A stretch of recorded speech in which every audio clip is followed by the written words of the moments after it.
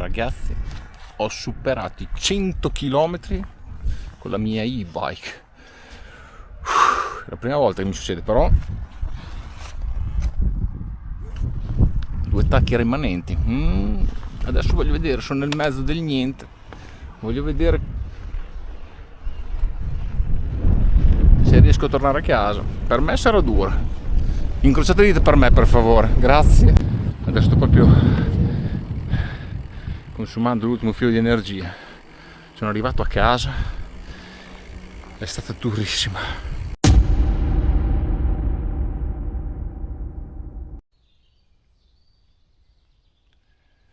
Ragazzi, è stata davvero dura. Per fortuna oggi il tempo è cambiato. Dunque, ho chiuso quel giro con 113 km e 650 metri di dislivello. Su questo Turbolevo generazione 3 Alloy, 25 kg di bicicletta, 95-96 kg di persona. È stata durissima, ma voglio condividere con voi tutti i miei errori di quel giorno. Sì, perché di errori ne ho fatti tantissimi ed è probabilmente per quello che sono arrivato davvero a casa stremato. Beh, adesso ve li voglio raccontare questi errori, perché dagli errori si impara.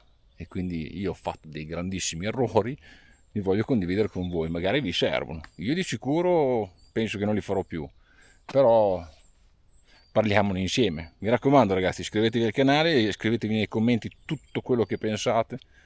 Potete anche, no, non insultarmi, però magari darmi dei consigli, ok? Dunque, il primo errore più grande che ho fatto di quel giorno lì è stato: sai, prepari il tour, l'ho preparato in Komoot, l'ho preparato cercando di essere il più minuzioso possibile, concentrato appunto sulla distanza e non tanto sul dislivello. Perché? Perché in quei giorni che ho deciso di fare quel tour il bosco era piuttosto fangoso, quindi una prima parte l'ho affrontata nel bosco, ma volevo fare una prova per vedere dove potevo arrivare come distanza, e quindi con Komoot avevo pianificato una traccia, ma la traccia era diciamo di un'ottantina di chilometri, 80-85 km, una cosa così. Il dislivello era un po' meno, intorno ai 400 metri di dislivello circa. L'errore è stato che guardi lo stato della batteria e ti sembra che non vada mai giù, soprattutto quando arrivi sulla ciclabile. Se poi la ciclabile l'affronti spingendo, quindi tenendoti sopra i 25 km all'ora, per quel che ti è possibile, perché comunque la bicicletta pesa 25 kg da portare dietro, non è tutto sto easy, e quindi il motore praticamente non lo utilizzi tanto e quindi non consumi tanto, e quindi tu pedali su questa ciclabile. Io a un certo punto, quando era il momento di tornare indietro per fare questo anello, beh, la zona era talmente bella, la zona era talmente piacevole, la ciclabile era libera, la ciclabile era oltretutto bella sul fiume, che ho detto vabbè, ma dai, vado avanti, tanto di batteria ne ho ancora tanta, non è un problema. Il problema è che mi sono spinto troppo avanti e l'ho pagata al ritorno, nel senso che il ritorno è stato bello, ma la fatica ha cominciato a farsi sentire, quindi ho spinto meno, il motore mi ha supportato di più, ha cominciato a farsi sentire nel mio corpo anche il fatto che passavo da condizioni di acqua, quindi grande pioggia, a condizioni di sole, quindi molto caldo. Io avevo la tuta da pioggia perché quando sono partito stava spiovviginando e le previsioni erano solamente di nuvoloso e pioggia, invece ci sono stati dei momenti con un caldo assurdo perché il sole è venuto fuori, e quindi figuratevi, stavo sudando incredibilmente tanto, sfinito. Ma perché? Perché mi sono dimenticato a casa acqua e cibo. Sì, un errore da pivello, per non dire qualcos'altro. Però se mentre per l'acqua, tra virgolette, non è stato troppo difficile, perché lungo il percorso ho incontrato delle fontane, mi sono abbeverato, quindi di liquidi ne ho consumati, ma ne ho anche reintegrati. Mi mancava del cibo. e non avevo preso neanche i soldi con me, quindi di cibo non ne parliamo. Ecco, forse proprio l'errore più grande è ad essere uscito così. E nonostante dopo, mi sembra, erano già passati una decina di chilometri, scusate, il sudore negli occhi qua. E invece di tornare a casa, perché avevo già fatto 10 km, anche perché avevo detto, vabbè, ma dai, il giro lo chiudo, non è un problema, tanto lo faccio abbastanza spesso che esco nei miei giri standard, che ho poca roba con me, non ho neanche del cibo, delle volte ho solo l'acqua. Stavolta invece si è fatto sentire tanto, perché quando sei 6 ore in bicicletta, sei senza cibo, le energie mancano anche, soprattutto perché non riesci a integrare. Quindi l'integrazione, se per quei giri da 2 ore e mezza, 3 che faccio non ne sento troppo il bisogno, forse perché ho uno strato da consumare, non lo so, però stavolta si è fatto sentire. E quindi questo è un errore, uno dei più grandi che potessi fare. Dunque, passato dal discorso del tour che non ho seguito su Komoot e il discorso che mi sono dimenticato cibo e acqua, che quindi sono gli errori grandissimi, un altro errore che secondo me appunto è una EMTB da spingere per così tanti chilometri prima su terreni fangosi e poi anche comunque su un asfalto, non ne potevo più. Era veramente insostenibile. A un certo punto è arrivata troppo la pesantezza nelle gambe, perché comunque sei sempre lì a cavallo dei 25 km all'ora, ve lo dico, e quindi motore che attacca, motore che stacca, motore che attacca. Se vai troppo forte, le gambe dopo un po' cominciano a bruciare. Se vai troppo piano, sì, ti aiuta il motore, però comunque va giù la batteria, sei sempre lì a cavallo di provare a fare dei chilometri. È chiaro che il discorso di tutto è dovete cercare di tenervi del margine, perché senza margine poi si fanno queste fine che ho fatto io. Insomma, quando ti si accende quella linea rossa o quando ti si accende l'ultima tacca, beh, insomma, è un momento che non è proprio il massimo della vita. Ho cominciato a sudare ancora di più e poi oltretutto ero in mezzo alla bufera. Vedevo, tra virgolette, l'arrivo, ma non pensavo di riuscire a raggiungerlo. Vabbè, sarei sceso e avrei spinto. Mi mancavano forse 2 chilometri a casa.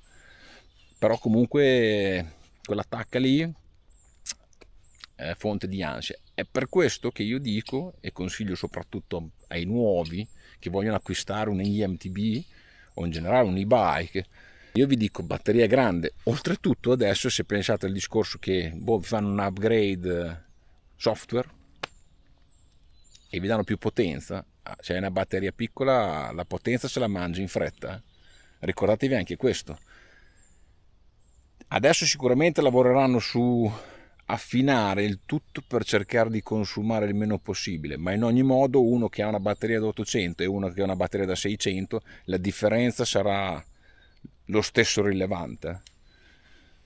Vi si accorceranno per forza un po' i chilometri che riuscirete a fare nei giri, se usate tutta quella potenza lì. Se poi non la usate, beh, allora andate come adesso, non è un problema. Parlo soprattutto per il discorso di gente neofita che si affaccia al mondo delle IMTB. È lo stesso discorso quando ho comprato una bicicletta light. Sì, è chiaro, se compri un IMTB light, sì, devi saper pedalare.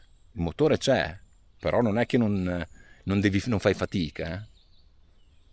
Cioè, risparmiate del peso, ma fate anche della fatica. Motore più piccolo, batteria anche più piccola. Quindi pensateci anche a questo, perché mi sembra una roba folle delle volte. Vedo delle biciclette IMTB light con dei prezzi assurdi. Cioè, scusate, a quel punto adesso compriamoci una bicicletta full, anche se non pesa 18 kg ma ne pesa 21, però potete organizzarvi come volete e gli date della potenza. Molto semplice il discorso. Quindi io volevo fare una prova dei 700, secondo me una prova dei 700 watt che comunque 113 km, io con 660 metri di dislivello, 650 metri anche perché Komoot e Strava non battono mai pari, secondo me è un bel risultato. Oltretutto una batteria che ha già 2 anni e mezzo, 3, 2 anni e mezzo o 3, una batteria che ha 2 anni e mezzo. Beh dai,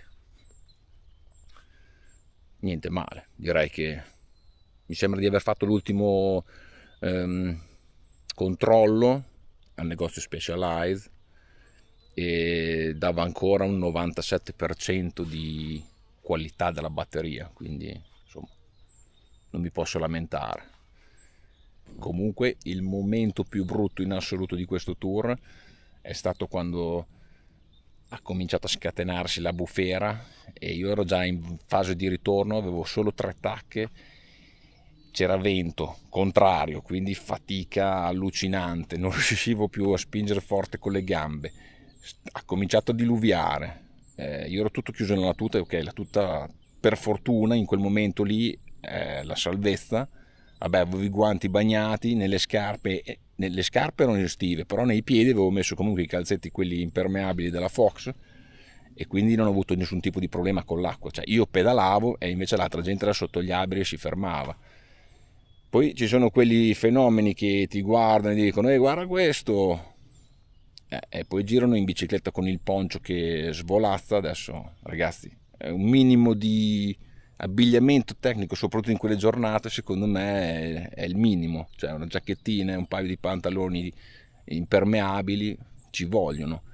Il poncio in bicicletta che è più quello che ti entra da sotto, poi svolazza, poi ti salta davanti alla faccia, ragazzi, pensiamoci bene a certe cose. Altro errore, se pensate di fare molta ciclabile, gonfiate le gomme, perché io non ho gonfiato niente e sì, avevo le gomme un po' sgonfie per fare della strada. È chiaro che faccio spessissimo del bosco e quindi per avere più grip li ho un po' più sgonfie, ma se fai tanti chilometri lungo la strada è meglio dargli una bella gonfiata tosta. La mia Hardtail era pronta per fare della ciclabile, perché ha le gomme, sì, alle gonfie belle gomme, no? Alle gomme belle gonfie, però volevo fare appunto quella Specialized, non ho stravolto niente, l'ho lasciata come quando vado nei percorsi fuori nel bosco, forse anche quello lì ha mangiato un po' di batteria. Ragazzi, non copiate i miei errori, mi raccomando, pensateci. Voi iscrivetevi al canale, aiutatemi ancora a crescere, ci vediamo al prossimo video. Ciao ragazzi, ciao ciao ciao ciao ciao ciao ciao.